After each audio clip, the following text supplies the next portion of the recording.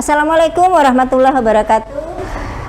Salam sejahtera Ibu Bapak Guru, Saudara IGIers hebat. Salam IGI, kembali bersama saya Dianawati, Ketua Wilayah IGI Provinsi Sulawesi Tengah.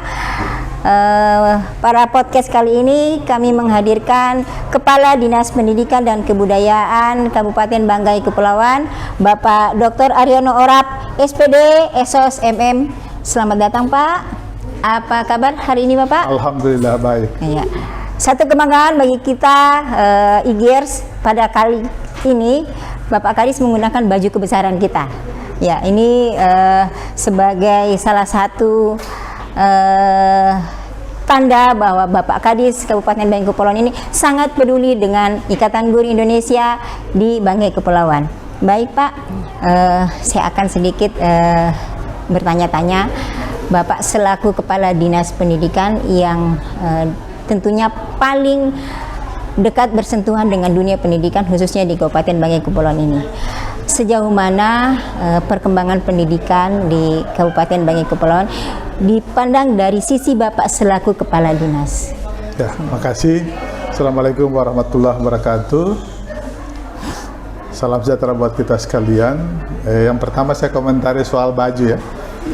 Sebagai mitra salah satunya adalah IGI, saya memberikan apresiasi karena kegiatan-kegiatan menyentuh langsung ke dalam hal pengembangan sumber daya manusia. Baju ini saya dihadiahkan oleh Pak Ketua beserta pengurus dan ini menjadi kebanggaan. Tapi ini kan Ibu yang berikan ke saya. Iya, terima kasih.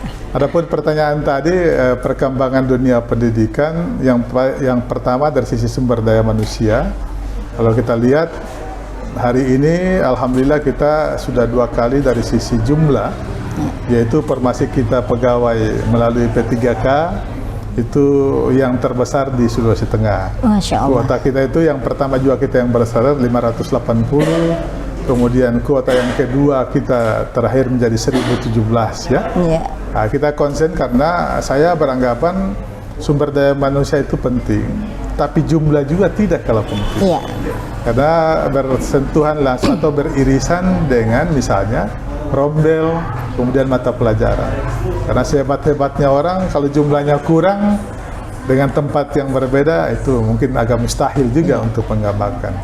Yang kedua, dari sisi lembaga, sejak saya menjadi kepala dinas, alhamdulillah status misalnya mulai dari TK, kalau yang tadinya TK negeri kita yang jumlah TK-nya kita 104 itu cuma 1 negeri. Alhamdulillah sekarang sudah menjadi 29 negeri. Masya Allah. Nah, dan itu mungkin yang terbesar di Sulawesi Tengah ya. Dan itu berbanding lurus atau beririsan juga dengan jumlah penerimaan P3K. Jadi setali 3 uang.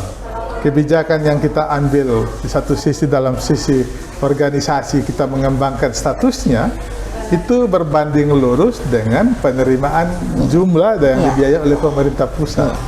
Kemudian dari sisi pembiayaan DAK dan alokasi khusus yang dibiayakan TK negeri, alhamdulillah dengan 29 kita mendapatkan itu. Artinya ketika uangnya ada, saprasnya ada, itu kan SPM, standar pelayanan yang meningkatkan mutu dari sisi mungkin ke depan kita diakreditasi ya. Ada kecukupan sarana. Jadi dari sisi pendidikan, memang pendidikan ini kan tidak bisa dilihat cuma dari satu sisi. Kita cuma lihat gedungnya bagus, tapi kan kita harus lihat seperti multidimensi ya. Dan pendidikan itu biasa tidak terlihat secara nyata, kecuali saprasnya. Dari sisi SDM-nya kita lihat bahwa yang menerima sertifikasi bertambah, kan? Kita yang terakreditasi bertambah. Nilai asesmen kita juga bagus, baik literasi maupun numerasi, kan? Dan hal-hal lain yang masuk dalam indikator penilaian. Jadi ya saya bersyukur pendekatan indikator dari indikator pemerintah daerah dari sisi standar pelayanan minimal itu kita cukup baik, kan? Walaupun ini masih perlu kita tingkatkan dan potensi untuk meningkatkan itu sangat terbuka. Sekarang tinggal teman-teman mitra seperti IGI bergandengan tangan dengan pemerintah daerah, dinas, sama-sama kita meningkatkan mutu pendidikan di Banggai Kepulauan. Itu mungkin. Oke. Ya baik, kalau saya mendengarkan penjelasan Bapak tadi, berarti ada peningkatan selama Bapak menjadi pejabat kepala dinas, ada peningkatannya. Insya Allah itu akan berkembang terus. Ya, peningkatan pendidikan itu menurut Bapak tidak lepas dari bersentuhan atau bersinergi dengan organisasi profesi guru. Ya. Nah, dengan Bapak menggunakan baju batik IGI ini, apa harapan Bapak terhadap IGI untuk peningkatan pendidikan di Kabupaten Banggai Kepulauan? Ya, saya orang yang suka bermitra. Saya orang yang suka bermitra, dan itu saya lakukan misalnya bukan cuma dengan IG, misalnya dari sisi lain, misalnya bank yang ada di sini. Saya bermitra dengan Bank BPD, dan itu saya lakukan misalnya dalam hal-hal yang kecil, misalnya dalam setiap penyambutan kegiatan apa mereka terlibat penyiapan baliho dan seterusnya. Itu kan dari sisi anggaran kita jadi efisien, tidak perlu khusus untuk mitra-mitra kita, salah satunya IGI. Ini memang ada kekhususan seperti di pendahuluan saya tadi. Sejak IGI berdiri itu saya sudah ada. Saya waktu itu masih kabak ekonomi, tapi saya hadir di saat IGI itu dibentuk di Banggai Kepulauan. Yang saya tertarik karena IGI yang pertama mandiri. Itu kemarin IGI itu berbeda dengan mitra karena dia mandiri tanpa ditopang oleh pemerintah daerah, pemerintah pusat, tapi dia dengan kemandirian organisasi dia bisa berbuat. Artinya itu berarti memang dari hati ya, kalau orang-orangnya, pengurusnya, baik itu secara aturan dari pusat maupun sampai ke wilayah. Karena itu menurut saya, kalau peningkatan mutu atau urusan pendidikan ini dikeroyok antara pemerintah daerah, pemerintah pusat, dan mitra, saya yakin. Dan IGI ada yang spesial, terutama kalau di sisi saya. Bahkan saya kemarin sempat menyampaikan ke pengurus. Mereka tidak berani bilang ada hibah, tapi saya bilang, kenapa tidak mengusul hibah? Walaupun pada akhirnya usulan itu juga belum jadi, tapi minimal dari hati saya juga. Kenapa kalau mitra lain bisa, kenapa IGI tidak yang sudah memberikan sesuatu? Dan saya secara kelembagaan memberikan apresiasi dengan tidak mengecilkan mitra-mitra yang lain. Nah, dengan saya dan saya bisa dibuktikan itu selain memakai baju atribut, saya juga tidak pernah tidak mewakili atau tidak mengikuti kegiatan yang dibuat oleh IGI.